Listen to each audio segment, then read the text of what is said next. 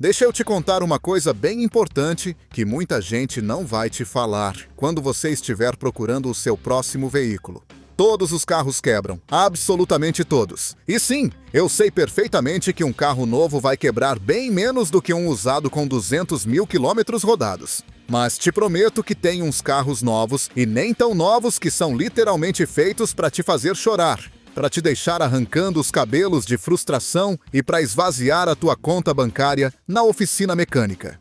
Porque olha só, tem veículos que saem da fábrica com problemas de design tão graves, com materiais tão baratos e com engenharia tão deficiente que não importa o quanto você cuide ou o quanto de dinheiro invista, eles sempre vão ser uma fonte constante de problemas e dor de cabeça.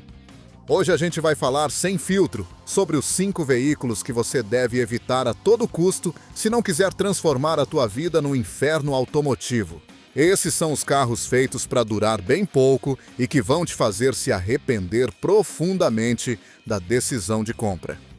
Mas antes de entrar nessa lista devastadora, se você curte conteúdo honesto sobre carros, onde a gente te diz a verdade sem se importar com a marca, dá like no vídeo e se inscreve no canal para não perder mais análises como essa que podem te poupar milhares de dólares em investimentos ruins.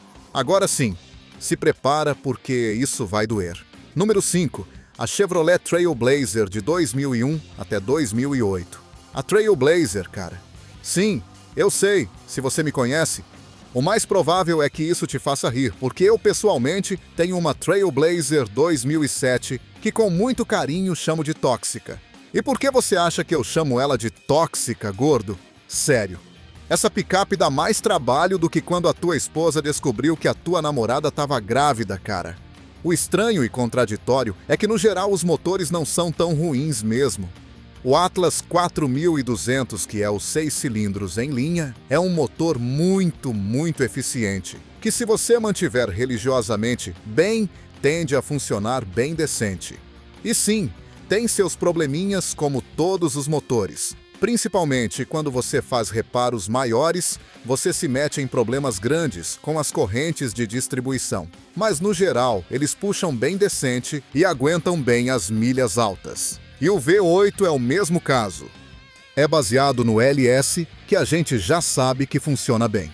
Acima de 2007, eles têm os problemas do AFM e do DOD, que embora deem um trabalho considerável, você pode fazer um delete e deixa um motor bem confiável, que pode durar facilmente 300 mil milhas. E por último, as transmissões, pois são normais, funcionam dentro do normal. Se você usa normal, não abusa muito como se estivesse em corrida de aceleração, elas duram normal sem problema. Então, qual é o problema real da Trailblazer? O ruim que tem essa picape é literalmente todo o resto, cara. Os interiores são de qualidade muito baixa, sério, são ordinários como brinquedo de plástico. Se despedaçam bem rápido, os botõezinhos desbotam em menos de 2 anos, os bancos quebram e afundam, o forro do teto cai. No ar-condicionado falham peças internas, que a única maneira de consertar direito é que você tem que remover completamente todo o painel e gastar um monte de grana em mão de obra especializada. Estamos falando de 8 a 10 horas de trabalho só para acessar o sistema de ar.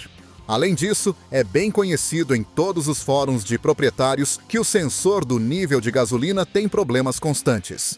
E o que você tem que fazer é remover completamente o tanque de gasolina e trocar o sensor inteiro, porque não dá para trocar só uma parte.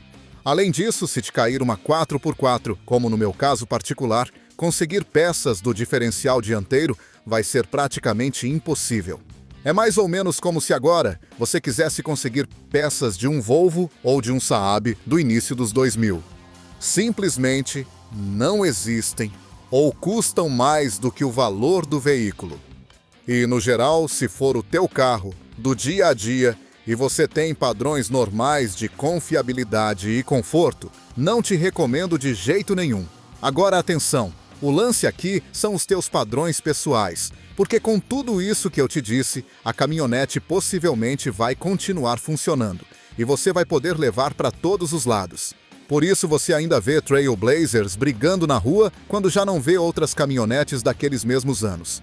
Mas, pois é, não é um bom produto da Chevrolet em termos de durabilidade e qualidade geral. É funcional, mas problemática. Número 4. O Dodge Caliber de 2007 até 2013. Os Caliber têm vários problemas sérios que os tornam verdadeiras dores de cabeça. Mas vamos começar com o primeiro e o menos importante do ponto de vista mecânico, que é puramente estético. São horríveis, cara. Não sei como alguém teve a ideia de ir voluntariamente a uma concessionária Dodge para dizer que queria comprar uma porcaria daquelas. Parecem projetados por alguém que nunca tinha visto um carro antes. Nem o esse RT, que supostamente é a versão esportiva e cool, se salva de ser feio. São horríveis como eles mesmos. Parecem que foram projetados numa tarde chuvosa, quando todos os designers estavam de mau humor e queriam ir embora cedo para casa. As proporções estão esquisitas. A parte traseira parece achatada, a frente parece surpresa. Mas enfim, esse é um tema subjetivo e de gostos pessoais. Por isso coloquei como o tema menos importante de todos. O que sim é objetivamente importante e mensurável é que naqueles anos a Mopar, a divisão de peças e performance da Chrysler, colocou nos Caliber as infames transmissões C, PVTT da Jatco, que falham muitíssimo. Não tanto como a C, VTT da Nissan, que essas são o terror absoluto do mundo automotivo. Mas sério, a C, VTT da Mopar são bem chatas e problemáticas desde o início. Começam a patinar por volta dos 80 mil quilômetros, a fazer ruídos estranhos como de corrente se arrastando, a vibrar excessivamente ao acelerar. E quando falham completamente, o conserto custa entre 3 e 4 mil dólares, quase o mesmo que vale o carro inteiro. E isso faz com que seja um veículo extremamente pouco confiável para uso diário ou para viagens longas. Além disso, parece que não investiram absolutamente nada nos materiais de construção interior. Tudo estava cheio de plástico duro e barato que se arranhava só de olhar. E além de ser muito plástico, era muito ordinário ao toque, como o brinquedo chinês. Os botões pareciam ocos, os painéis rangiam, o volante descascava. E no geral a Mopar não estava pensando em fazer esses carros para durar décadas ou sequer anos. Os suportes de transmissão e de motor acabam literalmente o tempo todo. A cada 30 ou 40 mil quilômetros, você está trocando e gastando 200 dólares cada vez. As suspensões são bem chatas de trabalhar porque usaram designs complicados desnecessariamente quando podiam ter usado algo simples e efetivo. E igual as peças de suspensão duram muito pouco, talvez a metade do que durariam num Honda Civic ou Toyota Corolla equivalente. Os amortecedores vão embora aos 60 mil quilômetros, as terminais de direção aos 70 mil. E o pior de tudo é que desvalorizam brutalmente. Perdem o valor como pedra caindo na água de um penhasco. Um Caliber que custava 20 mil dólares novo, em 3 anos vale 5 mil se você tiver sorte. Na verdade, se você prestar atenção quando dirige pela tua cidade, já não vê muitos Caliber circulando pelas ruas. E isso você já sabe por quê. Porque o mais provável é que estejam todos descansando em paz no ferro velho mais próximo, no desmanche, esperando serem compactados e transformados em chapa reciclada. O único que se salva um pouquinho aqui é o esse RT que vinha com um 4 cilindros turbo de 280 cavalos e uma transmissão manual de 6 velocidades. Que se você aplica bem e sabe dirigir manual direito, pode fazer um bom sleeper. Um carro rápido disfarçado de feio que surpreende a galera nos semáforos. Mas no geral são carros que eu não te recomendaria de jeito nenhum, como transporte confiável diário ou para alguém que não queira viver na oficina mecânica. Número 3. A Chrysler Pacifica. A Chrysler Pacifica levou uma nota de 18 sobre 100 em confiabilidade. E vão se acostumando com essas notas baixas porque vai piorar conforme avançamos na lista. A Chrysler Pacifica é uma minivan grande e espaçosa, que praticamente substituiu a Chrysler Town & Country. Me faz pensar que esses caras da Chrysler acharam que só mudando o nome a gente ia esquecer o quanto as Town & Country eram chatas. E enfim, falando sério, a picape tá bem bonita visualmente. Os interiores parecem muito bons, modernos e tecnológicos. De exterior também está muito bem projetada com linhas agressivas. Traz propostas bem interessantes e inovadoras. Por exemplo, é a única minivan que no modelo híbrido você pode conectar diretamente na parede da tua casa para recarregar as baterias como se fosse um Tesla. Tem um dos interiores mais luxuosos de toda a classe, com bancos de couro verdadeiro Napa. Um centro de entretenimento personalizável com telas para os passageiros traseiros. Um monte de sistemas de segurança como frenagem de emergência automática para evitar colisões tanto de pedestres como de outros carros. Cara, traz até um aspirador de pó integrado no interior. E eu que sou pai te juro que sim. Aprecio muitíssimo, porque as crianças deixam uma bagunça tremenda com seus biscoitos, sucos derramados e sabe-se lá o que mais.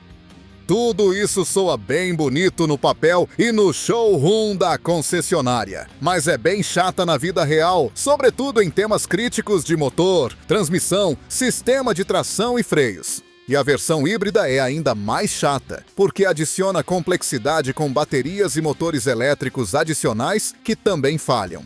Os problemas mais comuns incluem falhas no sistema de infoentretenimento, que congela ou reinicia sozinho. Problemas elétricos, onde as portas corrediças automáticas param de funcionar ou se abrem sozinhas na estrada. Vazamentos de óleo prematuros. Problemas com os sensores de estacionamento. Essa caminhonete ficou em quarto lugar de 6 caminhonetes no seu segmento em termos de confiabilidade. E te digo, tá muito bem bonita e tudo, tem características inovadoras. Mas a confiabilidade é mais importante que as características quando você vai usar algo todos os dias para transportar a tua família. Número 2. A Ford Explorer 2022. Outro Ford na lista, que surpresa! A Ford Explorer com uma nota devastadora de 8 sobre 100 em confiabilidade. Eu acho que nem o burro mais burro da turma no primário tirava 8 sobre 100. É uma nota ridiculamente baixa. A Explorer 2022 é uma SUV média que na verdade tá bonita do exterior. Eu gosto muito esteticamente. Tem 3 fileiras de bancos confortáveis. Cabe 7 passageiros sem problema. Traz o famoso sistema Ford Sync 3, que se conecta ao teu celular como qualquer outro sistema moderno. Traz um sistema inteligente de 4x4 com diferentes modos de condução. A capacidade de reboque é bem decente para a categoria. Pode puxar até 2.500 quilos. E tem várias versões bem interessantes, sobretudo nos Estados Unidos. Tem uma versão off-road chamada Timberline, para os aventureiros. Tem uma versão que é a ST, que é mais esportiva de rua com motor turbo. E tem uma versão King Ranch, que é todo o luxo que você possa imaginar com interiores de couro premium. E embora com tudo isso a proposta soe bem interessante no papel, tem um monte de problemas documentados. Falhas graves da transmissão automática de 10 velocidades que patina e sacode. Falhas dos sistemas elétricos, onde as luzes se apagam sozinhas. Falha a eletrônica dos interiores, telas que congelam. Falha o sistema de entretenimento constantemente. Falham os sistemas de assistência de condução, como o controle de cruzeiro adaptativo. Tem ruídos excessivos e incômodos que vêm da suspensão. E além de tudo isso, tem goteiras de água. Sim, leu certo. Goteiras como se fosse casa velha. A água entra pelas portas e pelo teto panorâmico quando chove forte. Essa Explorer definitivamente foi o terror dentro do seu segmento. Ficou em lugar 13 de 14 SUVs médias. Ou seja, só uma SUV foi pior que ela. E considerando que custa mais de $50 mil em versões equipadas, é inaceitável que tenha tantos problemas de qualidade e confiabilidade. Número 1, e chegamos ao campeão absoluto dos carros para evitar a todo custo, A que todo mundo está esperando nessa lista e todo mundo sabe que tem que estar aqui no primeiro lugar. A Dodge Journey, especificamente com o motor V6. Coloco a V6 porque, na verdade, a de 4 cilindros tem a maioria dos problemas aqui listados, menos os específicos do motor V6.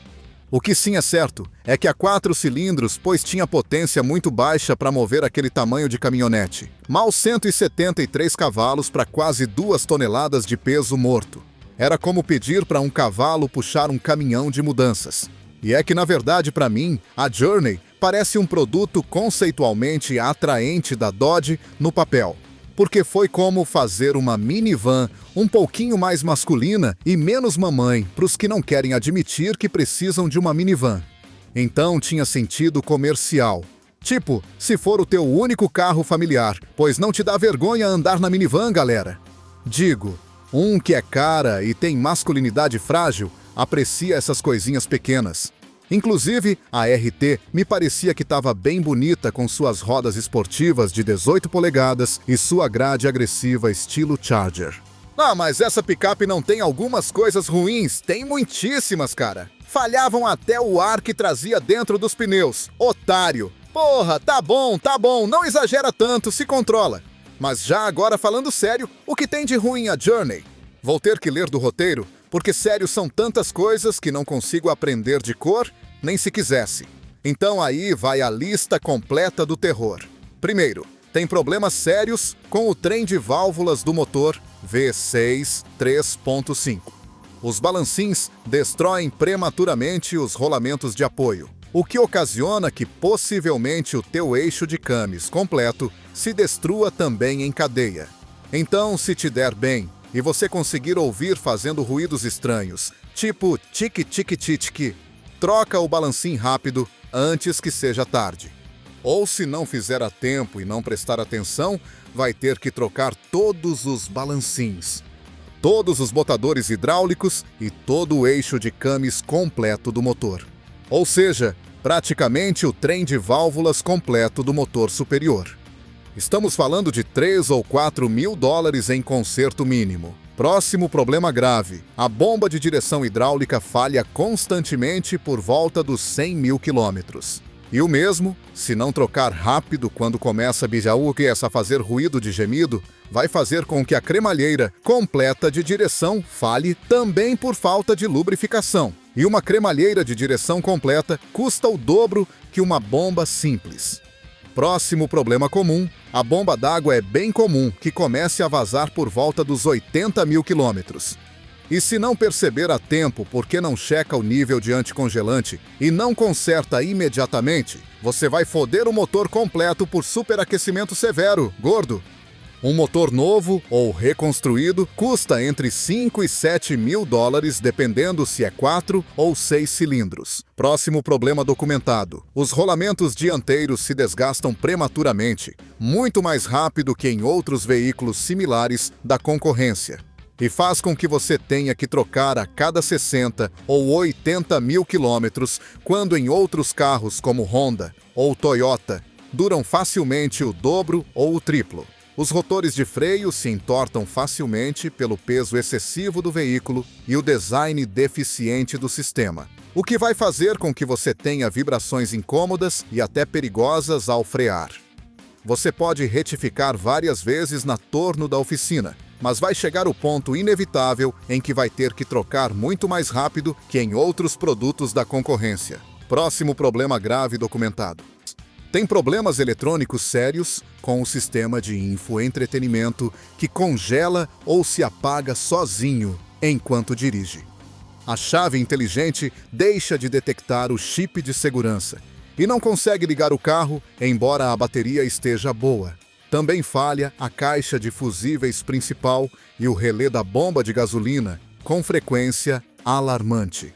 Coisa que isso último acontece em quase todos os Dodge daqueles anos 2007 a 2017. É um problema endêmico de toda a marca Chrysler. E já como a cereja do bolo que coroa toda essa lista interminável de horrores, o núcleo da calefação também falha regularmente a cada 2 ou 3 invernos. Então, possivelmente, a cada ano, Quando chega o inverno frio, você vai descobrir que a tua calefação não serve para nada e vai ter que trocar o núcleo completo do aquecedor. E para acessar ele, você tem que desmontar metade do painel interior, o que significa horas e horas de mão de obra cara. A pergunta com a Journey não é o que falha nessas caminhonetes, mas sim o que diabos funciona bem nessas porcarias, cara. Porque, sério, é mais fácil fazer uma lista do que funciona do que não funciona. É um desastre total de engenharia e controle de qualidade que nunca devia ter saído da fábrica. E o pior de tudo é que a Dodge continuou vendendo ano após ano sem consertar nenhum desses problemas conhecidos. Simplesmente continuaram produzindo e vendendo lixo com rodas para famílias que confiavam na marca. Então, o que aprendemos hoje com essa lista devastadora? Que nem todos os carros são criados iguais. Definitivamente não. Que algumas marcas têm problemas sistemáticos de qualidade que se repetem modelo após modelo, ano após ano sem consequências. E que às vezes pagar menos por um veículo acaba te custando muito mais a longo prazo em consertos constantes, frustração diária e tempo perdido na oficina mecânica. Esses 5 veículos representam algumas das piores decisões de compra que você pode fazer se busca confiabilidade, durabilidade e paz de espírito. Não importa o quão bonitos pareçam no showroom, quantas características tecnológicas tenham ou quão bom preço tenham no mercado de usados quando você vê no Facebook Marketplace. Se não são confiáveis mecanicamente, simplesmente não valem a pena nem de graça. Então, se você está considerando comprar algum desses 5 veículos porque viu um barato, por favor, repensa seriamente. Tem literalmente dezenas de opções melhores em cada categoria automotiva. SUVs mais confiáveis como a Honda Pilot ou Toyota Highlander. Minivans mais duráveis como a Honda Odyssey ou Toyota Sienna. Carros compactos que não vão se desintegrar como o Honda Civic ou Toyota Corolla. Investiga profundamente antes de comprar qualquer veículo usado. Leia opiniões de proprietários reais em fóruns especializados. Consulta os relatórios de confiabilidade do Consumer Reports e J.D. Power que fazem estudos sérios. E, sobretudo, usa o bom senso que Deus te deu. Se algo parece bom demais para ser verdade, provavelmente é e tem uma razão oculta. Agora quero falar diretamente com você. Você teve experiência pessoal com algum desses 5 veículos nessa lista? Teve os mesmos problemas que eu mencionei ou te saiu melhor do que o esperado? Deixa nos comentários, porque eu adoro ler as experiências reais da galera que vive com esses carros dia a dia. E se esse vídeo te ajudou a evitar uma compra ruim que ia te custar milhares de dólares, ou te fez repensar um veículo que você estava vendo no Craigslist, dá like e se inscreve no canal para mais conteúdo honesto sobre carros onde a gente te diz a verdade, sem filtro, sem se importar com a marca ou quem se ofenda. Me digam também com qual marca querem que eu continue no próximo vídeo. Tem muita gente que quer que a gente meta o pau nos premium alemães como Audi e BMW. E acredita que tem muita coisa para cortar aí também com seus problemas elétricos e peças caríssimas. Ou querem que a gente fale dos Nissan com suas transmissões CVT do inferno que falham aos 100 mil quilômetros. Até o próximo vídeo. E lembrem sempre, investiguem bem antes de comprar e não se deixem levar só pelo preço ou pelas aparências. A gente se vê em breve.